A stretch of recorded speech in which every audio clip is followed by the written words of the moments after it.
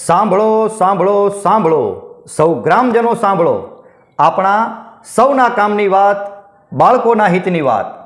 ભાઈ, શું છે આપણા કામની વાત અને બાળકોના હિતની વાત? 2 ટીપા દરેક વાર બાળકની લઈએ દરકાર. પણ ભાઈ, 2 ટીપા સીના પીવડાવવાના એ તો કહો.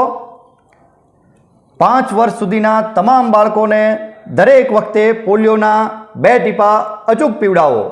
પોલિયો દિવસ 23 જૂન 2024ને રવિવાર આપના 5 વર્ષ સુધીના તમામ બાળકોને નજીકના પોલિયો બૂથ પર લઈ જઈને પોલિયોના 2 ટીપા અવશ્ય પીવડાવો. પણ ભાઈ, ભારત પોલિયો મુક્ત થઈ ગયો છે તો પણ પોલિયો પીવડાવવાનો?